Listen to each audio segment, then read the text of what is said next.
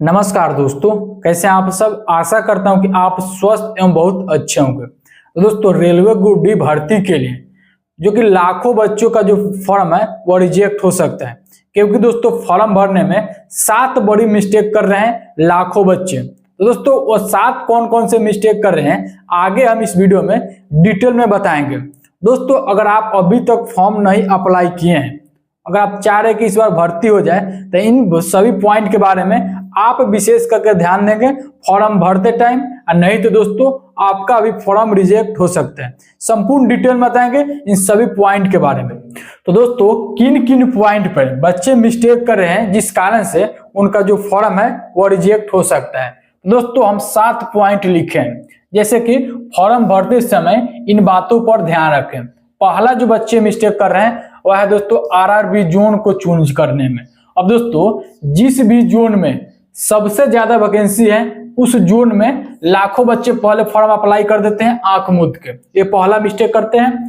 दूसरा जो बच्चे मिस्टेक कर रहे हैं वो है दोस्तों पोस्ट प्रीफरेंस को चूज करने में। और पोस्ट प्रीफरेंस कैसे चूज करना है, बहुत सारे बच्चे को तो मालूम ही नहीं है, कैसे भी आंख मूंद के अपना पोस्ट प्रीफरेंस चूज कर लेंगे। अब सबसे ज्यादा बच्चे इन्हीं के कारण फेल होते हैं। अब देखिए, हम बहुत ही सारे सिलेक्टेड कैंडिडेट से बात किए हैं, तो वो बताए हैं कि 30% जो बच्चे होते हैं वह फॉर्म भरते टाइम ही फेल हो जाते हैं। अब ऐसा क्यों बोले हैं? क्योंकि दोस्तों जो बच्चे फॉर्म अप्लाई करते हैं वह मेडिकल स्टैंडर्ड को नहीं देखते हैं कि किस पोस्ट में कौन से मेडिकल स्टैंडर्ड अप्लाइड है। तो दोस्तों ऐसे ही आंख मूंद के फॉर्म भर देते हैं, और जब उनका मेडिकल होता है तो दोस्तों उनका मेडिकल में छट जाते हैं। और दोस्तों पोस्ट वाइज मेडिकल स्टैंडर्ड, और पोस्ट वाइज मेडिकल स्टैंडर्ड कौन कौन से है, किस पोस्ट के लिए मेडिकल स्टैंडर्ड का मतलब क्या होता है, इन बहुत सारे बच्चे लाखों बच्चों को तो मालूम ही नहीं है। फोटो कैसे अपलोड करना है, तो फोटो के कारण दोस्तों बहुत सारे फॉर्म रिजेक्ट हो जाता है। सिग्नेचर जो कि ढंग से नहीं जो कि अपलोड करते हैं, उस वजह से भी जो कि बहुत सारे फॉर्म रिजेक्ट होता है। कास्ट सर्टिफिकेट, अब यहाँ पे सबसे जो मोस्ट वैल्यूएबल पॉइंट है, कास्ट सर्टिफिकेट आपका कितना दिन पुराना है तो आप अपलोड कर सकते हैं, आगे हम इस वीडियो में बताएंगे। ईमेल आईडी, अब बहुत सारे जो बच्चे होते हैं वह जब भी फॉर्म भरने जाएंगे तो पुराना ईमेल आईडी जिसका पासवर्ड नहीं मालूम है, कैसा भी एक ईमेल आईडी फिल कर देंगे। आप लोग इन सभी पॉइंट पे ध्यान देंगे, आगे हम इस वीडियो में डिटेल में इन सभी पॉइंट के बारे में जानते हैं। ठीक है दोस्तों, तो दोस्तों सबसे पहले हम लोग जानते हैं पोस्ट वाइज जो कि वैकेंसी के बारे में। देखिए यहाँ पे आपका 16 जोन में भर्ती निकला है। अब सबसे ज्यादा जो बच्चे फॉर्म अप्लाई कर देते हैं आंख मूंद के, जैसे कि वेस्टर्न मुंबई में आपका 4672 वैकेंसी और न्यू दिल्ली में आपका 4785 वैकेंसी है।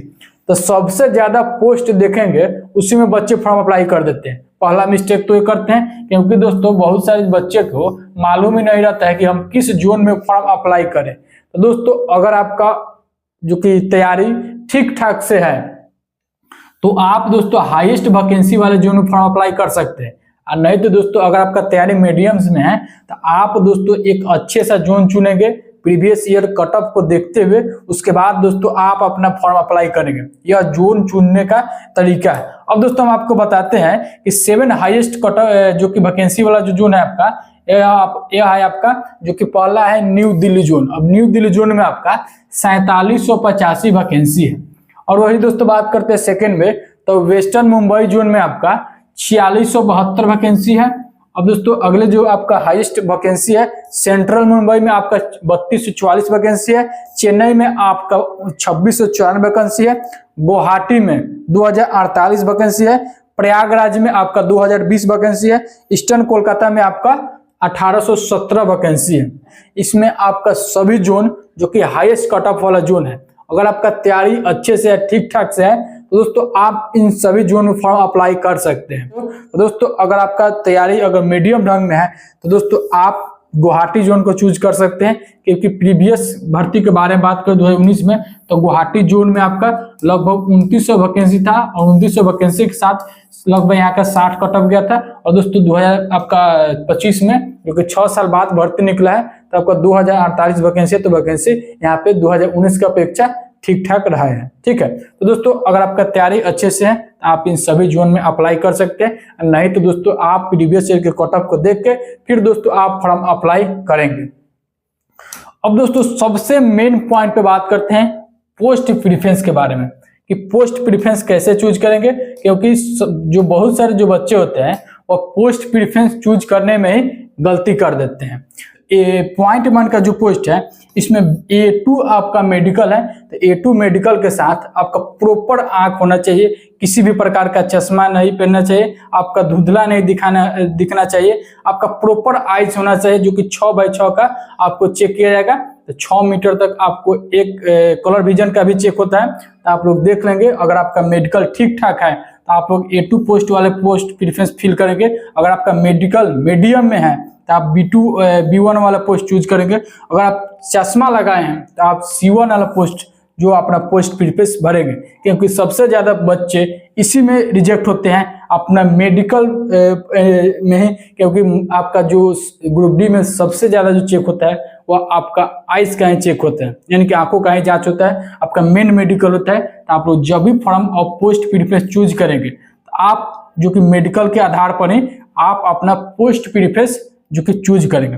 ठीक है दोस्तों, आप यह ध्यान रखेंगे। चलिए आगे दोस्तों हम लोग बात करते हैं आप फोटो कैसे फोटो अपलोड कर सकते हैं।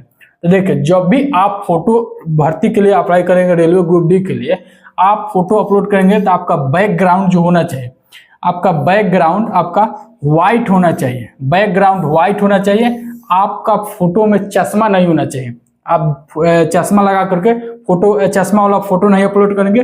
और जो आपका फोटो इसी शेप में होना चाहिए, जैसे कि यहाँ पे देखे होंगे आपका स्टाइलिश फोटो यहाँ पे अपलोड करते हैं तो आपका फॉर्म रिजेक्ट हो जाएगा। ध्यान रखेंगे यहाँ पे सही फोटो को क्राइटेरिया दिया गया है कि अगर आप ऐसा फोटो अपलोड करते हैं तो आपका फोटो फॉर्म जो है रिजेक्ट हो जाएगा। आपका सिंपल फोटो होना चाहिए जो कि बैकग्राउंड आपका व्हाइट होना चाहिए। ठीक है, चलिए आगे दोस्तों हम लोग बात करते हैं सिग्नेचर कैसे अपलोड करेंगे।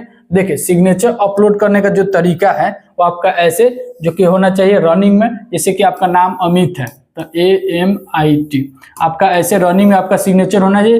अगर आप ऐसे लिखते हैं AMIT तो दोस्तों इसमें आपका जो कि दिक्कत हो जाएगा, आपका फॉर्म रिजेक्ट हो सकता है, क्योंकि आप सिग्नेचर कर रहे हैं। तो सिग्नेचर जो होता है आपका रनिंग में ही होना चाहिए, तो आप लोग ध्यान रखेंगे। ठीक है, ऐसे आप लोग सिग्नेचर को अपलोड करेंगे और सिग्नेचर जो करेंगे आपका रनिंग में होना चाहिए। आपका सिग्नेचर दोस्तों एक राइटिंग होना चाहिए, आपका सिग्नेचर जो कि कलम नहीं उठना चाहिए और सिग्नेचर आपका सीधा होना चाहिए। ऐसे आप लोग स्टाइलिश वाला सिग्नेचर अपलोड करते हैं आपका रिजेक्ट हो जाएगा। ठीक है, आप लोग ध्यान रखेंगे। अब देखिए दोस्तों अगले जो पॉइंट पे बात करते हैं कि आपका जो कास्ट सर्टिफिकेट है वह कितने दिन वैलिड होना चाहिए। दोस्तों हमारे टीम जो है वह RRB एक सपोर्ट टीम से जो कि बात किया है। अब उसमें पूछे कि अगर हमारे पास NCL है 2023 का तो वह वैलिड होगा कि नहीं। तो देखिए वहां से जो RRB सपोर्ट टीम की तरफ से वहाँ पे मैसेज रिलीज किया गया था कि we would like to inform you that you can apply with valid caste certificate whether is it central government या state government, but that should be valid before notification, closing date CEN 08/2024। दोस्तों जो आप caste certificate upload करेंगे वह central government से हो या state government से वह चलेगा, लेकिन वह वैलिड होना चाहिए। अब कितने दिन पुराना हो यह मेंशन नहीं किया गया, लेकिन दोस्तों आप अगर कास्ट सर्टिफिकेट अपलोड कर रहे हैं, जैसे कि आप अगर NCL अपलोड कर रहे हैं, EWS सर्टिफिकेट अपलोड कर रहे हैं, तो आपका यह ध्यान में रखेंगे कि आपका 3 साल से 3 ईयर से ज्यादा आपका पुराना नहीं होना चाहिए, क्योंकि अगर आप जब डॉक्यूमेंट वेरिफिकेशन होगा तो उस समय आपसे हार्ड कॉपी मांगा जाएगा। तो इसलिए आप लोग ध्यान रखेंगे जो भी आप डॉक्यूमेंट कास्ट सर्टिफिकेट अपलोड करेंगे वो अपने पास रखेंगे, क्योंकि जब आपका डॉक्यूमेंट वेरिफिकेशन होगा उस समय उस सर्टिफिकेट को मांगा जाएगा। ठीक है दोस्तों, आगे दोस्तों बात करते हैं हम लोग की वैलिड ईमेल आईडी। अब देखिए यहाँ पे बच्चे क्या करते हैं कि जब फॉर्म पहले से मालूम नहीं रहता है कि ईमेल आईडी भी लग रहा है, और जब फॉर्म भरने जाएंगे तो उस समय एक कैसा भी एक ईमेल आईडी डाल देंगे, उन्हीं कैंडिडेट को आगे चल के दिक्कत हो जाता है, क्योंकि दोस्तों जब उनका सिलेक्शन होने के प्रोसेस स्टार्ट होता है तो सभी जो आपका प्रोसेस होता है वो मेल के द्वारा ही प्रोवाइड किया जाता है। आप लोग ध्यान रखेंगे, जब फॉर्म अप्लाई करेंगे तो वैलिड ईमेल आईडी डालेंगे। ठीक है दोस्तों इन 7 कारणों से लाखों बच्चे का जो फॉर्म है वो रिजेक्ट हो जाता है। तो आप फॉर्म अगर भरना अभी तक नहीं अप्लाई किए हैं और फॉर्म भरने जा रहे हैं तो इन 7 पॉइंट के बारे में विशेष करके ध्यान देंगे। ठीक है दोस्तों, इस वीडियो में इतना ही रहने देते हैं, मिलते हैं नेक्स्ट वीडियो में। थैंक यू दोस्तों, जय हिंद।